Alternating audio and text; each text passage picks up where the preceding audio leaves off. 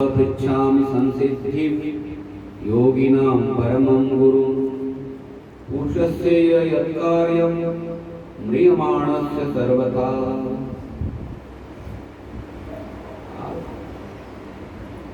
सिद्धों के योगियों के भी आप गुरु, परम गुरु आप।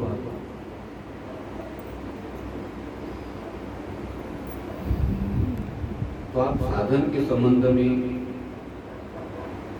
मैं प्रश्न कर रहा हूं। जो पुरुष मरणासन्न है, वे मानस सर्वत्र यत् कार्य। जो मरणासन्न व्यक्ति है, जो मरणासन्न पुरुष है, उनके उस समय क्या कर्तव्य, क्या करना चाहिए? मतलब राजा परीक्षित का प्रश्न है भी, मरणासन्न व्यक्ति को क्या करना चाहिए? हाँ, क्या दिव्य प्रश्न है।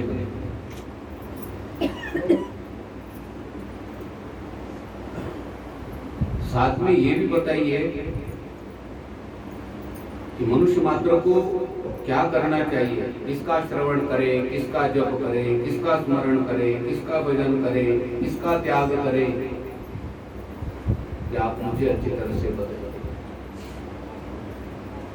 क्योंकि आपका दर्शन बहुत दुर्लभ है और आप ऐसी स्थिति में आए हो। अब तो मेरे पास में तो यही प्रश्न है, मरणासन्न व्यक्ति को ये रोग है तो डॉक्टर को कौन सी दवाई नहीं दी? आप बताइए, दो दवाई बताओगे, वो दवाई में। लेकिन यहाँ पर कौन सा रोग है भी? या भवरोग? भवरोग।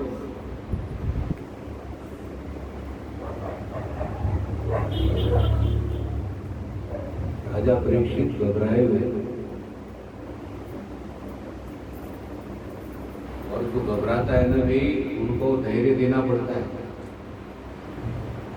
सुखदेव जी महाराज ने क्या बात की, राजा परीक्षित को कहा कि परीक्षित, तुम्हारे पास में 7 दिन है, बहुत समय है, ठीक है, 7 दिन है तुम्हारे पास में और बहुत समय है। लेकिन खटवांग राजा के पास में 1 मुहूर्त का समय था। खटवांगो नाम राजर्षि ज्ञाते यत्काम्यांशः मुहूर्ता सर्वं सृज्य गतवान् अभयं हरि। कहते हैं खटवांग राजा के पास में एक मुहूर्त का समय। वो देवताओं की जीत हो गई ना, तो खटवांग राजा देवताओं की तरफ से लड़े, तो देवताओं ने कहा कि राजन, आपके कारण हमारी जीत हो गई, आप जो कुछ मांगो। उन्होंने कहा मेरी मृत्यु बताओ, बस मुझे कुछ नहीं चाहिए। तो देवताओं ने देखा तो बोले आपके पास तो एक ही मुहूर्त का समय है, एक मुहूर्त का। उसी समय देखो वो बैठ गए, और बैठ के ही कहते हैं, उन्होंने कहा कि प्रभु ये सारा संसार आपका है, सब कुछ आपका है और सब आपका ही है, ऐसा मानकर उन्होंने ध्यान लगाया। एक मुहूर्त के अंदर में देखो, मुहूर्ता संसृज्य, सब कुछ कहते एक मुहूर्त में छोड़ दे और अभय पद को प्राप्त कर लिया। कितना समय था? 1 मिनट। और तुम्हारे पास दिन कितने? 100। लेकिन आपको लगता वही 1 मिनट के समय में इतना पैसा क्या किया है? ये साधना पहले की है, ठीक है, ये साधना पहले की है, एकदम नहीं छोड़ सकते ना भी। किसी ने भी 50 लाख की गाड़ी ली, वो मान लो मुंबई में, उनको कहा कि गाड़ी दे दो जी 2-4 दिन के लिए, नहीं देगा, इतना मुश्किल है, बोलो। तो खटवांग राजा ने क्या कर लिया, राज्य सब कुछ एक मुहूर्त के अंदर में कहा कि बोले प्रभु सारी चीजें आपकी है, वासुदेवम सर्वम, सब वासुदेव ही, ऐसा मानकर वो अपने ध्यान में अभय पद को प्राप्त करो। और तुम्हारे पास समय कितना है? 7 दिन। धैर्य दिया कि नहीं? हॉस्पिटल में एडमिट कोई भी ना हो, लेकिन एडमिट होते हैं डॉक्टर कल छुट्टी मिल जाएगी। ये छुट्टी का नाम लेते तो कितना अच्छा लगता है भी, बोलो। ये स्कूल में बच्चों को बोलो तुम्हें क्या अच्छा लगता है, बोलो छुट्टी अच्छी लगती है। छोटे छोटे बच्चों को देखते, तुमको लगता है कब वो बेल बजे और कब मैडम वो गाड़ी भेजे हमारे। सबको क्या अच्छा लगता है? तो हॉस्पिटल में भी पेशेंट को भी छुट्टी मिल जाती है, पेशेंट के साथ वो भी खुश हो जाती है, वो जाओ बैठो। डॉक्टर का कल छुट्टी मिल जाएगी, बस भले वो 2-3 दिन रहना पड़े, लेकिन वो कल छुट्टी बोल देता है, तो कितना धैर्य देते हैं भाई।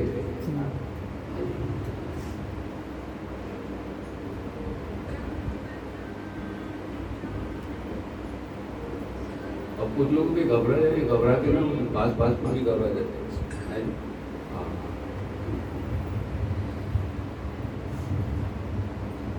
रितु की मम्मी बैठी है क्या? वो बोले गुरुजी मेरे पास में आया दौड़े बोले गंगा जल डालना है मुंह में। तो मैंने कहा क्यों मुंह में गंगा जल डालने, मेरे साथ बात करा दो कल। मेरे साथ बात करा तो मैंने कहा क्या हो गया, मैंने आपको कल छुट्टी मिल जाएगी। वो भी छुट्टी मिल जाएगी दूसरे दिन। और वो शोर हो गए भी गंगा जल डालने, बताओ धैर्य देना पड़ता है। मैंने कहा गंगा जल घर में आकर क्यों हुआ, कुछ नहीं हुआ, धैर्य देना पड़ता है। तो यहाँ पर भी सुखदेव जी महाराज ने कितना धैर्य दिया। अभी खटवांग राजा की बात बताए तो राजा परिषद को लगा कि 7 दिन में 7 दिनों में बहुत कुछ प्राप्त हुआ।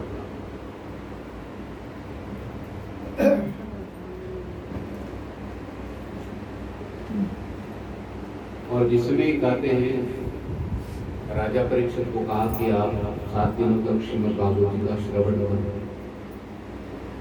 तो क्या होता है परीक्षित, जिस समय कथा श्रवण करने के लिए बैठोगे आप, उस समय भगवान आते हैं। कौन आते हैं? भगवान आते हैं। देखो कैसी शुरुआत की है। जिस समय कथा भागवत की श्रवण करने के लिए बैठे हो, तो उस समय प्रविष्टः कर्णरन्ध्रेण स्वानां भाव सरोरुहं धुनोति शमलं कृष्णः सलिलस्य यथा शरः। कहते जिस समय आप कथा श्रवण कर रहे हो, कीर्तन कर रहे हो, उस समय कहते भगवान प्रविष्टः कर्णरन्ध्रेण, कान के द्वारा कहते हैं आपके अंतःकरण में प्रवेश करते हैं। और प्रवेश करके कहते हैं प्रभु क्या करते हैं, तो कहते हो शांति से नहीं बैठते वहाँ पे, पापों को धोते हैं, पाप कर्मों को धोना शुरू करते हैं। बेटी सो गई और माँ क्या करती है, उनके सारे कपड़े धोना शुरू कर देती। और बेटी उठती है, वो मम्मी कपड़े बहुत थे क्या करूँ मैं, बोले बेटा 2 पीसों के प्रेस करके रख। बोलो अब एक माँ बेटी की कपड़े धो के प्रेस करके रख दिया, तो और कौन है? त्वमेव माता च पिता त्वमेव। कहते हैं धुनोति शमलं कृष्ण, कहते भगवान क्या करते हुए आपके पाप कर्म रूपी कपड़ों को धोना शुरू करते। जैसे कहते नदियों का जल शरद ऋतु में साफ हो जाता है ना, उसी तरह से कहते साधक का अंतःकरण पवित्र हो जाता है, शुद्ध हो जाता है, निर्मल हो जाता है। तो ऐसी कथा है प्रभु की। तो परीक्षित जिस समय श्रवण करने के लिए बैठोगे ना, तो आपकी कितनी भी पाप हो, सारे पाप कर्म क्या है, और पाप कर्म निवृत्त हो जाते हैं। तो कहते विवेक वैराग्य प्रवेश करते हैं ना शरीर में नहीं।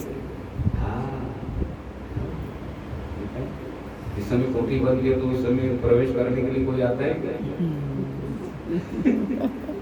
नहीं, कोठी बंद है ना, व्हाइट वॉश हो रहा है, पत्थर लग रहा है, कोई देखने के लिए आते हैं कि रिलेटिव में बहुत भीड़ लग रही है, कोई नहीं। जिस दिन हवन होता है, मुहूर्त है, ओ भीड़ कितनी लग रही है, बोलो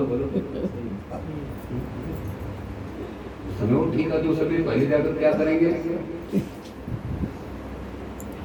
ये बात किसलिए बताई मैंने, इसलिए बताई हमारे पाप कर्मों को कहते हैं जब तक भगवान नहीं धोते हैं तब तक विवेक वैराग्य जो रिलेटिव है ना वो नहीं आती। इसके अंदर विवेक वैराग्य आ गया कहते हैं, ठीक है, रिलेटिव है। तो विवेक के द्वारा भगवान के स्वरूप को आप जान लेते हो, और जिसने भगवान के स्वरूप को जान लिया और समदर्शी बन जाता है ना, नहीं सब में भगवान दिखाई पड़ते हैं। हाँ, सब में भगवान दिखाई पड़ते हैं।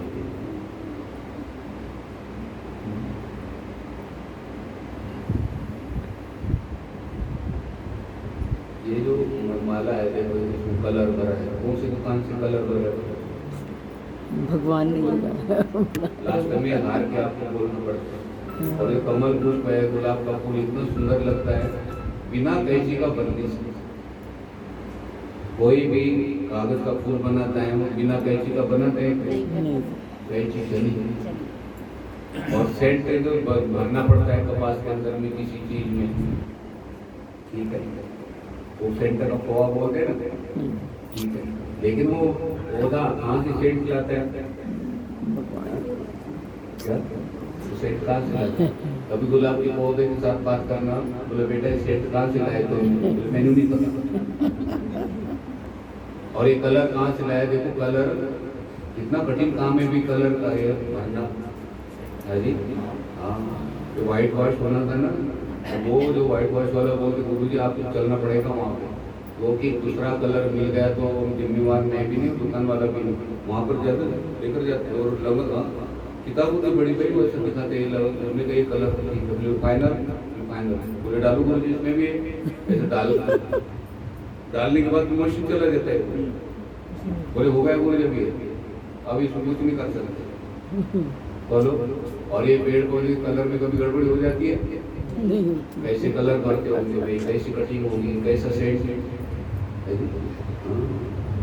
आप कागज की सब्जी बनाते हो, बनाते हैं कागज की, पत्ता गोभी कागज है, कागज पत्ता गोभी कागज है।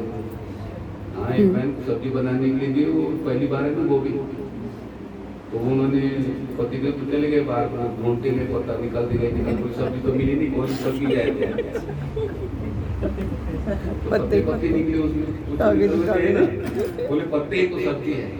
तो हम कागज की सब्जी बनाते हैं, उनके फूल की सब्जी बनाते हैं, फ्लावर बोलते ना, वो भी उसकी बहन है फ्लावर, वो भी बोलो।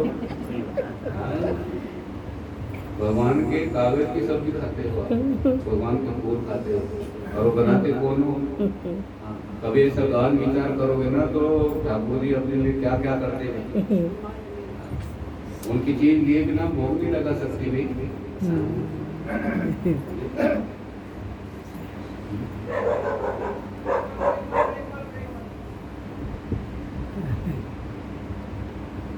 कल वो हल्दीराम के वो लाए थे पेड़, क्या मिलती नहीं हम, लेकिन उसके ऊपर वो जो पट्टी लगी हुई थी कपड़े की, हल्दीराम हल्दीराम हल्दीराम। लेकिन हल्दीराम को हम पूछेंगे भी जो पेड़ा बनाया वो काटा कहाँ से लाया? भगवान से ही बोलना पड़ता है। बिस्लरी का जल होता थोड़ी है, वो भगवान का जल बोलते स्टैम्प बिस्लरी का लगता है, बोलो। और एप्पल के ऊपर वो बेस्ट क्वालिटी लिखा रहता है, भले ही खराब निकले उसके अंदर क्या रहता है, बेस्ट क्वालिटी। हाँ, दुकान वाले को पूछा भी नहीं कीट क्यों लगा, तो बोले गुरुजी 5 रुपये एक्स्ट्रा मिल गए, ये नहीं लगाएंगे तो कम हो जाता है। लेकिन भगवान का है व्यापार, मैंने इसलिए संकेत किया कि सारी चीजें भगवान की है, स्टैम्प कंपनी की लगते हैं। हाँ, हम कोई चीज बना नहीं सकते, प्रभु हमने ये सारी चीजें बना कर देते हैं, इसलिए कहा त्वमेव माता च।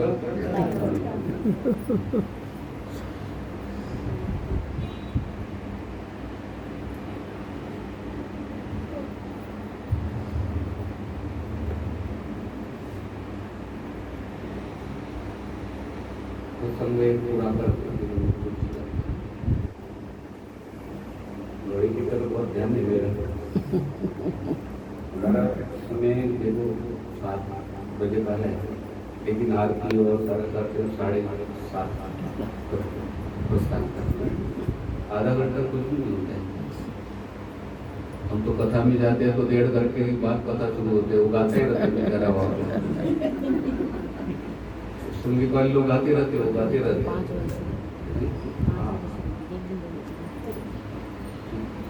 मैं समय का ध्यान रखूँ, मैं संगीत वालों के साथ ही बैठ जाता हूँ, बैठो मैं बैठता हूँ, जाओ। हाँ, गुरुजी बैठे तो लोग भी आएंगे, अपने आप ही बहुत समय का ध्यान रखते हैं। अब देखो यहाँ प्रसंग है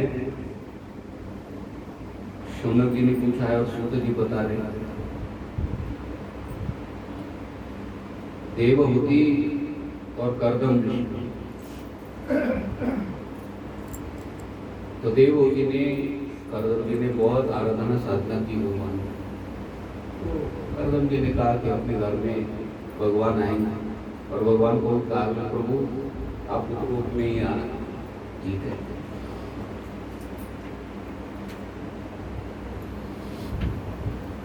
विस्तार के साथ में कथा है, कन्याएं हुई आदि सब। फिर देवहूति ने कहा, वो कर्दम ऋषि बोल रहे हैं मुझे तो जाना है वन में, जंगल में साधना करूंगा मैं। तो बोले नहीं, विवाह होने दो, और एक बेटा आपने कहा कि मैं बेटा हो जाएगा तब मैं जाऊंगा, तो अपना संकल्प आपका। तो ठीक है, आराधना साधना की बोल के घर में करते हैं, भगवान ने अवतार किया। 9 कन्या मतलब ये कोई नवरात्र में 9 देवियां होती है ना, और 9 देवियों के बाद में फिर भगवान कपिल तो भगवान ने अवतार लिया। बोलिए कपिल भगवान की जय। तो एक दिन की बात है, देवहूति को लगा कि मेरे घर में तो साक्षात भगवान है। उन्होंने पहचान किया। साधना होती है ना तो पहचान सकते हो। ठीक है। और छोटा काका बोले ना मैं भगवान हूँ, बोले चल चल 1 गिलास पानी ला पाया। हाँ हाँ, पानी लाते दूध की थैली ला कर दे, ऐसे ही बोलेंगे ना। हाँ, तुम नहीं बोल सकते। विचार काफी चल रहा है। कर्दम तो देवहूति को लगा भाई मेरे प्रश्न का उत्तर तो यही। तो देवहूति ने एकांत में बैठे हुए थे कपिल भगवान, और उन्होंने को प्रणाम किया। उन्होंने कहा मेरा बेटा ही भगवान है भाई, अवतार लिया। उन्होंने पहचान लिया, बेटा बेटा बोल रहे हैं। तो बोले प्रभु सारा जीवन मेरा ऐसा चला गया, इंद्रियां ऐसी हो गई है, और मैं हजारों साल भी जीऊंगी ना तो मेरे न आंखों की तृप्ति होगी ना कान की तृप्ति होगी, और ये इंद्रियां थक गई है लेकिन तृप्ति नहीं हुई है। तो मुझे ऐसे कोई साधन बताओ प्रभु, और आप ही बताओगे तो जिससे मेरा उद्धार हो जाएगा। ठीक है, मैं भगवत प्राप्ति कर सकता। तो भगवान ने कहा श्री भगवान वाच। देखो कपिल भगवान बोलते हैं ना, आप श्री भगवान वाच, साक्षात कृष्ण भगवान हुए। श्री भगवान वाच अपनी माता को उपदेश दे रहे हैं। माता को मतलब ये उपदेश हमारे लिए, उपदेश किनके लिए? देवहूति के लिए। देवहूति को तो निमित्त बनाया कि उपदेश हमारे लिए। योगाध्यात्मिक पुंसां मतो नीहि श्रेयसाय मे अत्यंतो वर्तेर्यत्र दुःखस्य च सुखस्य च। बोले माता अध्यात्म योगी मनुष्य के लिए तो साधन क्या? अध्यात्म योग, और यही आत्यंतिक कल्याण के लिए साधन है। आत्यंतिक कल्याण कहते हैं जो त्रिविध लाभ बताए, आध्यात्मिक आदि भौतिक आदि दैविक, ये जो भवरोग लगा है, इस आत्यंतिक दुखों की निवृत्ति के लिए कौन सा योग कहते हैं? अध्यात्म योग। अध्यात्म योग मतलब ये जो आप सत्संग श्रवण कर रहे हैं, श्रीमद् भागवत सप्ताह आप श्रवण कर रहे हैं, सत्संग श्रवण कर रहे हैं, इसको अध्यात्म योग। अध्यात्म शास्त्र जैसे ऋषिकेश जी बोलते हैं ना, अध्यात्म का अध्ययन कर रहे हैं, मतलब अध्यात्म योग। आप गीता पढ़ते हो, सत्संग श्रवण करते हो, श्रीमद् भागवत पढ़ते हो, श्रीमद् भागवती का श्रवण करते हो, कीर्तन करते हो, ये क्या है? अध्यात्म।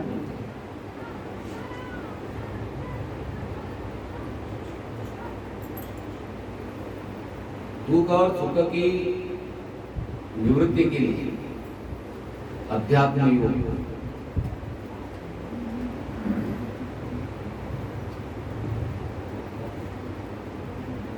ठीक है, दुख और सुख दुख तो समझ में, तो सुख की निवृत्ति क्यों कर? सुख का मतलब क्या है भी? स्वर्ग में सुख मिलेगा, वो सुख मिलेगा, वहाँ सुख मिलेगा, सुख की आशा रखते हैं ना, तो फिर वहाँ स्वर्ग में चले गए। लेकिन बाद में पता चला भी पुण्य क्षीण हो जाता है, और पुण्य क्षीण होने के बाद भाई जिस साधक को पता चला कि स्वर्ग में इंद्र देवता धक्का देते हैं, वहाँ जाने की इच्छा होगी कि भी बोलो, वो स्वर्ग लोग से बात करेगा नहीं अच्छा। कितनी अच्छी बात करते हो वहाँ पे, बोलो। जब तक आप गाड़ी में सामान नहीं लाते बाहर, तब तक आपके साथ बात करते हुए अपने कहा ये सामान नहीं मिल रहा है तो फटाफट लो करा दो और वो तो वहाँ पर लगी चीज ले लो। हाँ, गुरु जी आपको कैसे पता?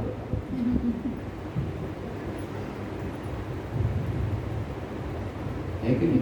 दुखों की मतलब सुख का है, स्वर्ग का सुख आते हैं पुण्य क्षीण। वैसे दुख की और सुख की क्या करते भी हो? अध्यात्म योग। और दूसरी बात बताई, क्या उपदेश दिया है? चेतः कल्पस्य बंधाय मुक्तये चात्मनुमतं गुणेषु सत्तं बंधाय रतं वा पुंसि मुक्तये। जीव के लिए बंधन और मोक्ष कहते हैं मन। जीव के लिए बंधन और मोक्ष के लिए कारण क्या है?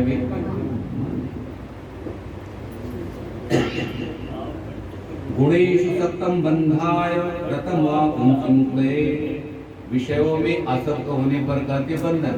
गुणेषु गुण मतलब विषयों में आसक्त हो गए तो कहते बंधन, मतलब किसी भी चीज में मन लग गया कहते हैं, वो विषय साथ में नहीं जाएगी, चीज भी साथ में जाएगी, लेकिन वो आगे भरत राजा का आएगा ना, कहते उनका मन हिरण में लग गया, हिरण साथ में गया था, लेकिन भरत राजा को हिरण बना दिया। भाई देखो, भरत राजा को क्या बनाया? हिरण।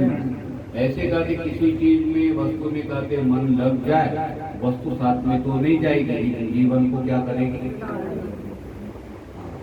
तो हमें भाई तवे को संभालना है, तवे को रोटी भी बनानी है और हाथ को भी। विषयों के बिना हमारा काम नहीं चलता, उसमें आसक्त नहीं होना।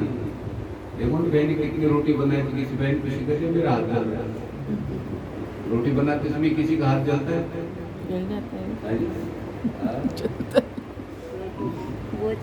वो तो समाधि लग, समाधि ध्यान होता है ना, और जिसमें जीरा डालते ना वो बहन, वो हाथ में चम्मच लेकर ऐसे देखते कितना ध्यान है भाई। तेरे को जलने नहीं देती है, मांगों पर अपने उड़ने भी नहीं देती, कितनी सावधानी है। और तेल कैसा है भी, शत्रु है वो, उड़े तो क्या है, लेकिन उसको उसके बिना पूरी पकेगी, उसके बिना जीरा नहीं।